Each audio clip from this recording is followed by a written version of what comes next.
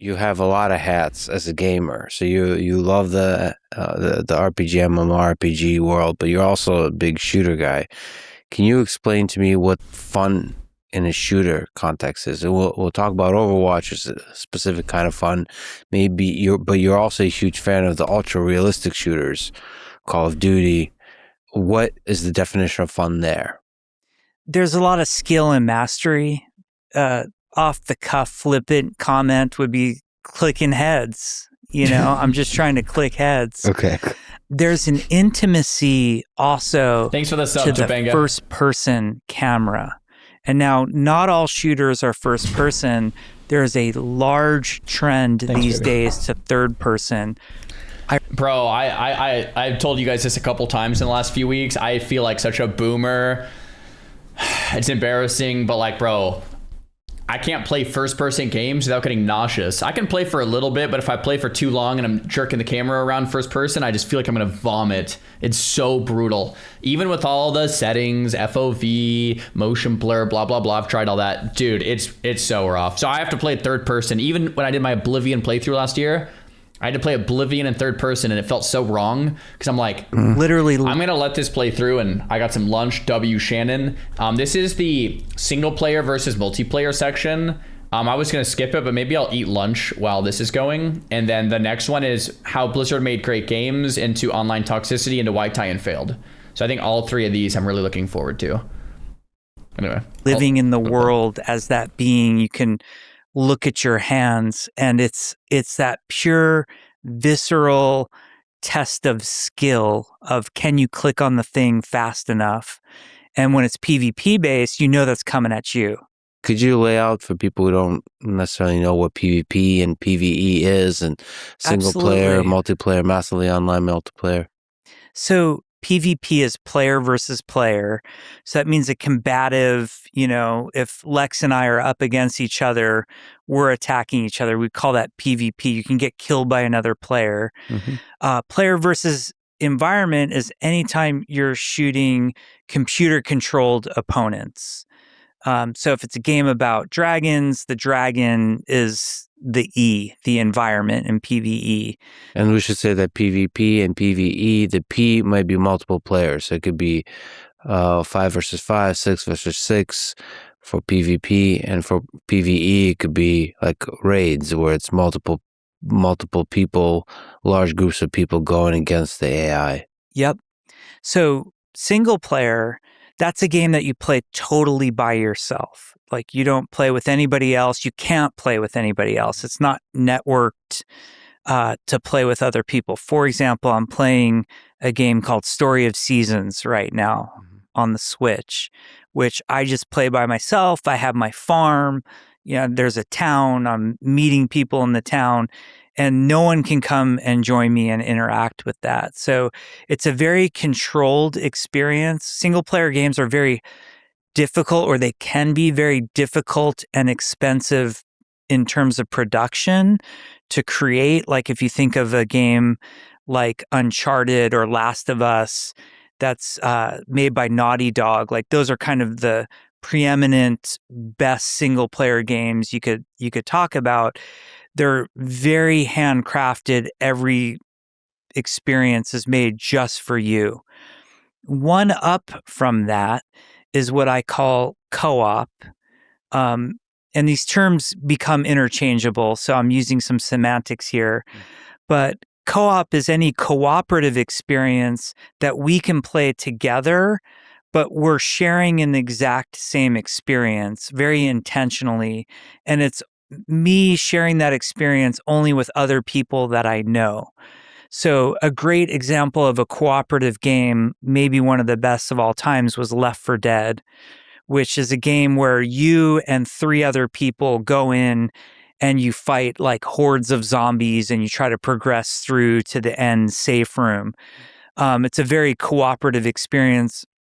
A game like Diablo 4, you can play cooperatively. This is gonna sound so dumb, but did zombies come from Left 4 Dead?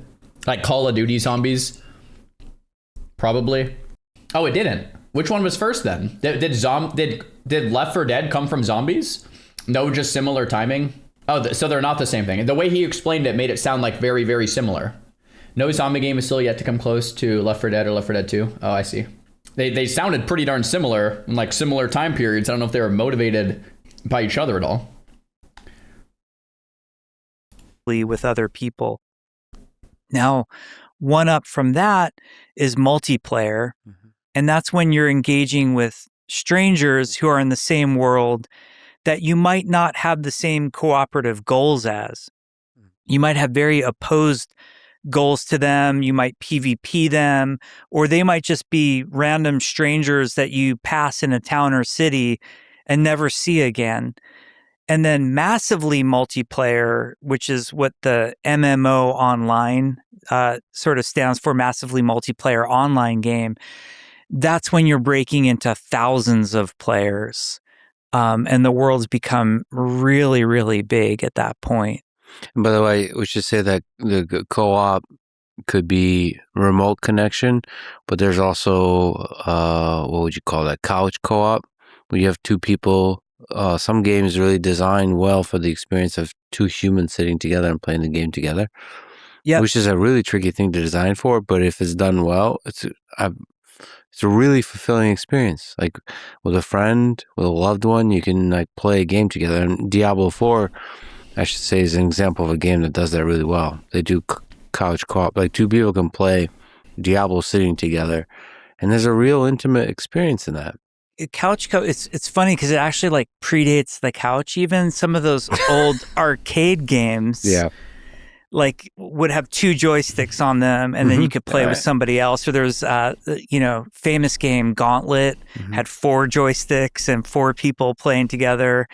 And then anybody who grew up in that early console era, like NES, Sega Genesis was a legendary one. We would sit and we play NHL 93 on the couch, and anybody who lost, you'd lose the controller. And you could play that with up to 4 people playing. Or I remember one of the big games that came out was Mortal Kombat.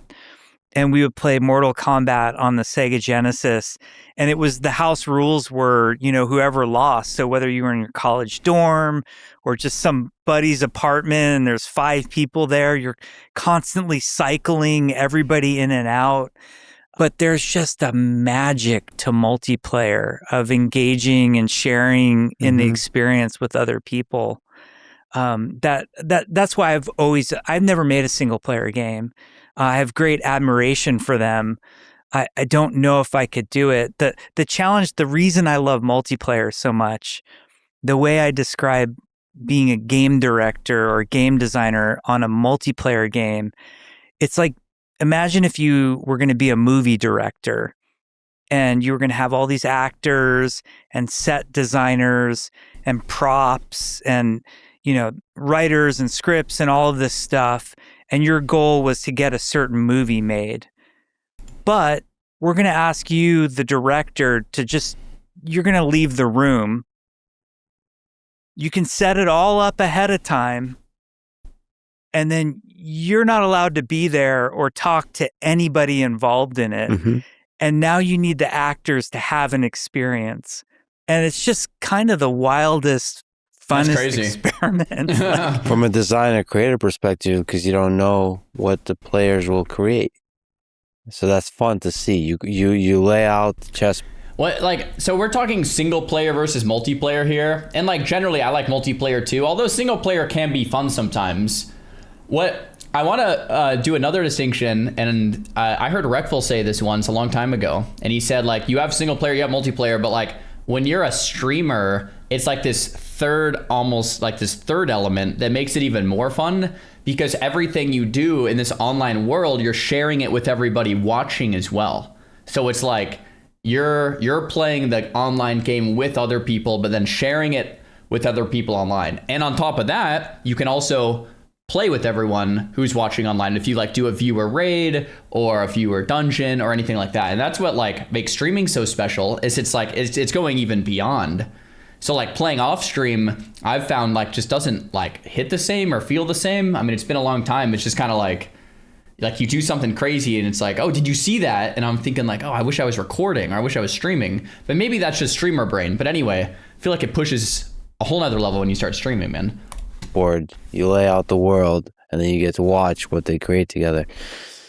That's true. I struggle because sometimes people call me the anti-story guy in games. And that really hurts me because, like, I actually love story in games, and I counter that I'm the anti-shitty story guy. And what I mean by that is, like, the most magical stories that I've ever heard come out of video games are player stories about, you know, the time I gave Barfa a potion and then I met him in real life. Like, that's better than any video game writing that I've heard in a long while. The player story is so much more interesting, you know. Lex, why do you like the cow level so much? And tell me about some goofy time like a loot goblin drew. This is what makes hardcore so fun too, is when you're playing hardcore, there's always characters that come up, like player characters that come up and add to the story of it. Like Twitch chat getting Jessica killed, or, you know, Vixon asking if I want more DPS, you know, or like Tyler 1 calling for everyone to stay in and stand in the fire, or like just these things that happen that are like way more memorable than anything else, right? Like you look back and like that's what made it so special. Like someone like falling off a zeppelin, or like dying on the way to a dungeon, or like even in not hardcore, just normal like classic WoW, remember like your friends along the way that you made and you saw them kind of leveling up with you, all that kind of stuff, man. You into the most danger and falling, but there was another player there, and then, you know, like those are the stories that I think are more interesting from games. There are some exceptional writers in video games and some exceptional games at story. You know, I've mentioned Naughty Dog, like they're kind of on another level, but Valve has amazing writing. The writing behind Half-Life 2, Mark Laidlaw, the writing behind Portal and Portal 2, I think it was Eric Wolpaw, who's hilarious, just amazing, and Rockstar. Red Dead Redemption 2 is one of my favorite games of all time, and that's a game where you can see the expertise and mastery of the game design and the narrative design, and the fact that you can have those player stories of just the goofy shit. Like I remember, because the controls are a little awkward in Red Dead for a PC player who's playing on console. Like I always get confused about like taking out my gun and putting it away and what's, you know, the L1 and L2. Like as a PC gamer, I'm just like, let me bind this stuff to where I want it. And so like, you know, a guy in town rides by and he's like, howdy partner. And I go to like, give him the Arthur Morgan, you know, hey, what's up back?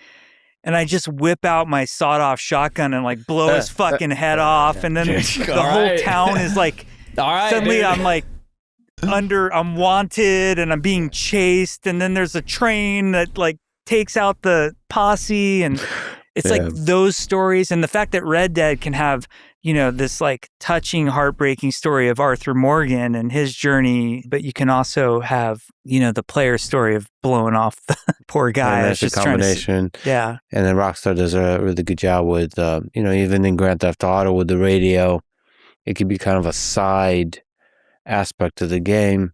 That great writing there can help create the world. With humor, with color, with depth, with heartbreak, all that kind of stuff. There was a moment in Red Dead where there's the Daniel Lanois song. That's the way it is.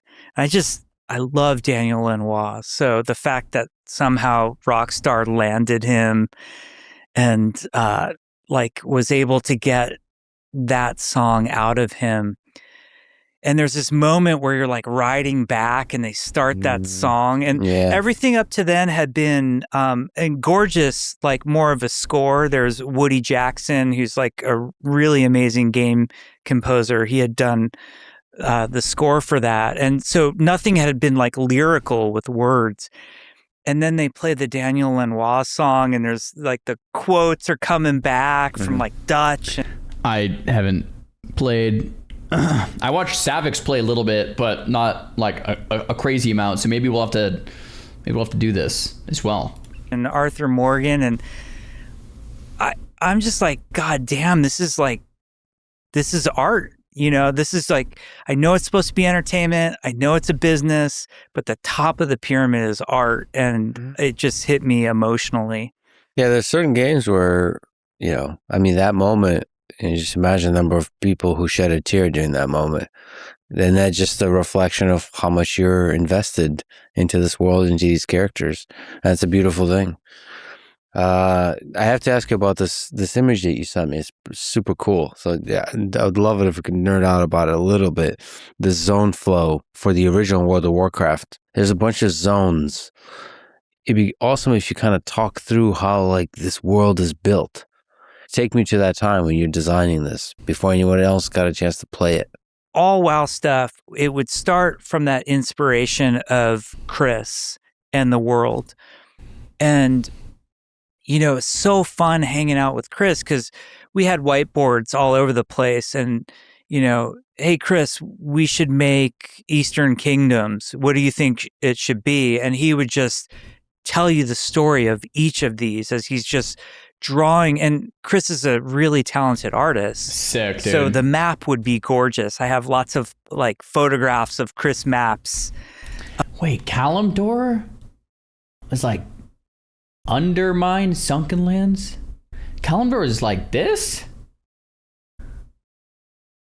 Kael'Thalas, Northrend, sunken lands. Dark Elf lands, Hyshal, Tauren lands. Huh. That he would just kind of whiteboard up. He's like, you know, here's the Dwarven lands, there's wetlands with Cosmodon up there, and that's where this, you know, tribe of dwarves were from. And then the, you know, humans are going to be down with Elwyn Forest, and in Westfall, there's, you know, this group called the Defias Brotherhood, and they have a place called Dead Mines. So I would talk to Chris because all Chris, man. You want to capture the spirit. Like as a game designer, you want to capture the experience that's in people's heads. So like take Burning Steps, for example, supposed to be one of the scariest places with lava and dragons and, you know, all this kind of stuff.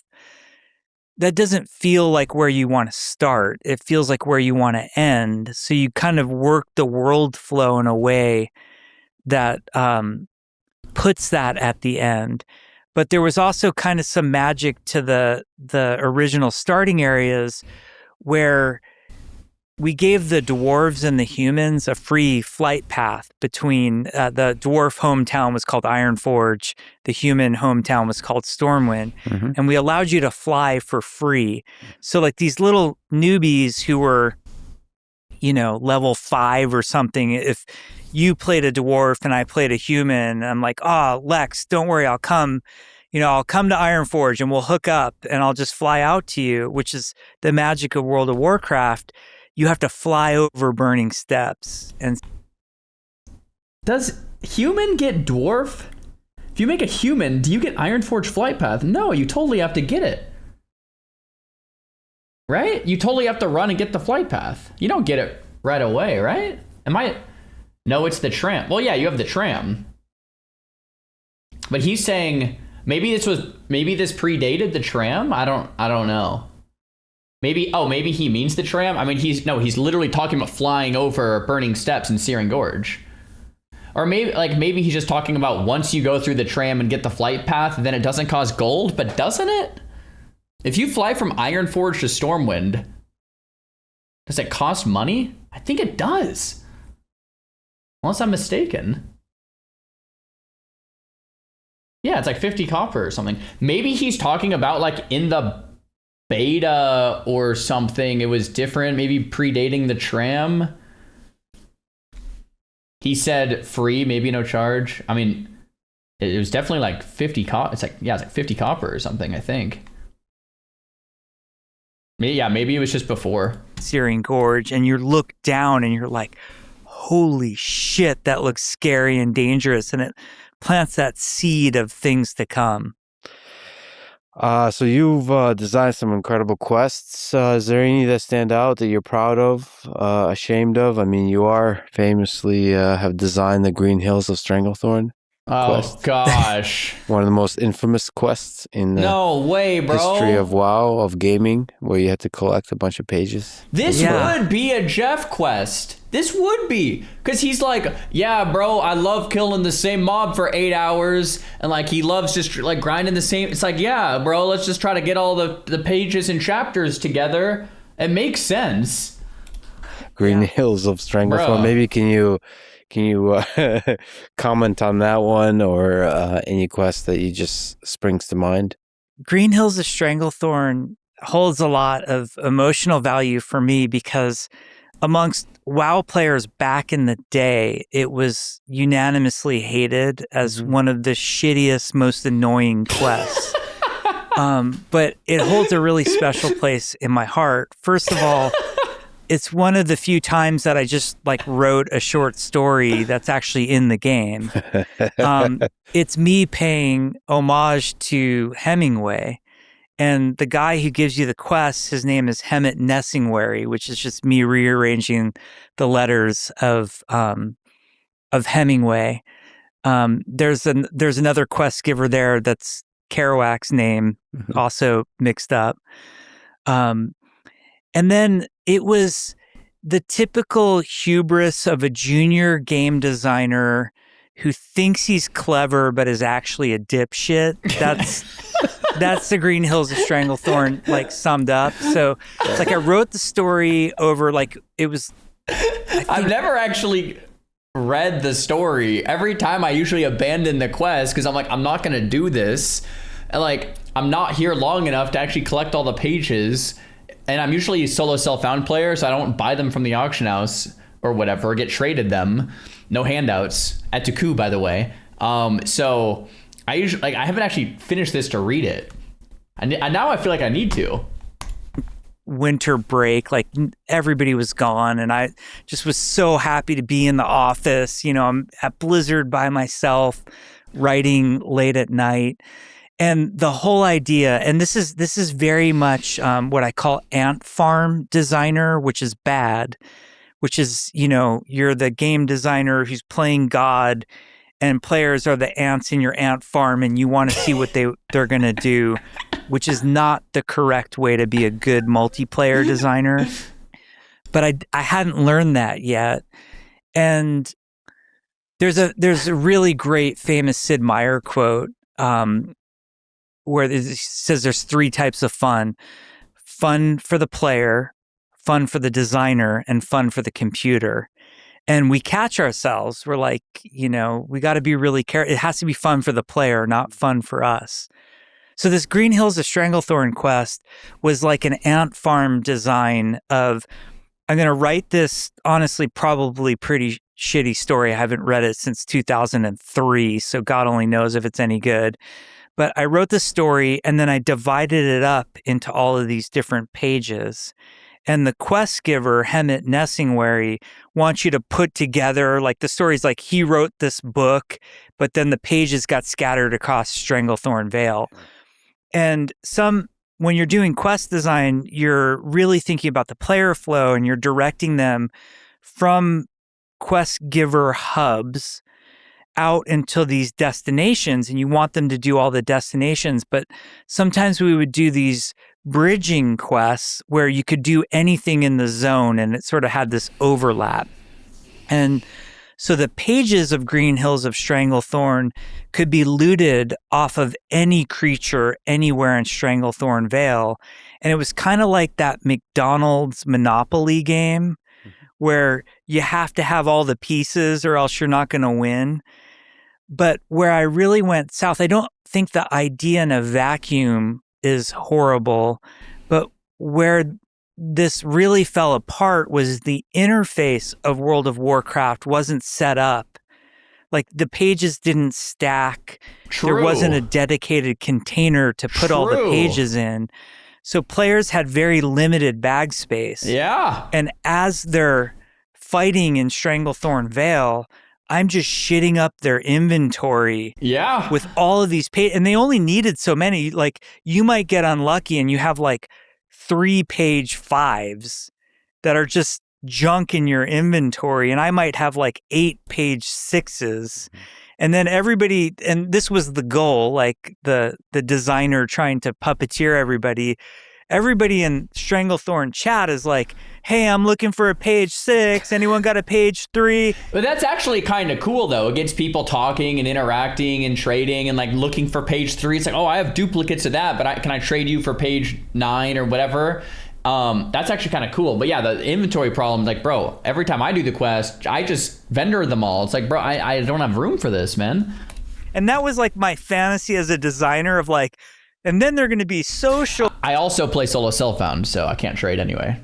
And meet each other, and players are going to be appreciative for each other. But really all everybody did was just eventually no one did the quest. They just were super annoyed where they went to the auction house. So the quest is famous in that it was so aggravating and annoying.